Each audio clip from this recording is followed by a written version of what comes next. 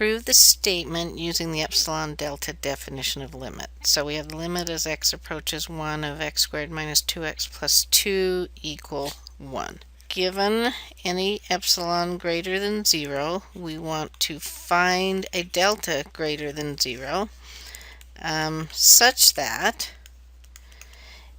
I'm going to write it in its general form and then go ahead and put in the numbers. So the first of those being the absolute value of x minus a less than delta. This is math saying implies that f of x minus L is less than epsilon. So what we want to do is we want to find x minus 1 less than delta.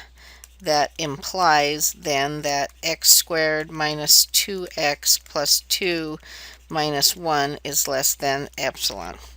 So essentially we want to figure out what delta needs to be in terms of epsilon so that this part is true. So let's start with this part and see what we can get here. So I'm going to do some simplifying. This is plus 1 less than epsilon, and this will actually factor into x minus 1, the quantity squared, less than epsilon. So then we could square root both sides and have the absolute value of x minus 1 less than the square root of epsilon. Now, as we look here, we see then that basically if we let delta equal the square root of epsilon, or anything smaller would work, but square root of epsilon works, then that will imply that this is true.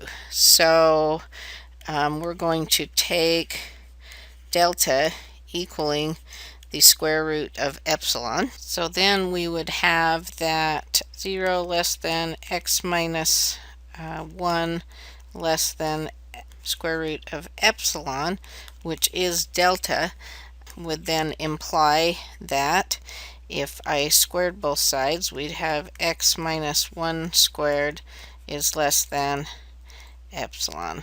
And we could then multiply this out and have x squared minus 2x plus 1 less than epsilon, and then we could express that as f of x minus L and see that indeed if delta equals the square root of epsilon, then that would imply that we are within epsilon of our limit.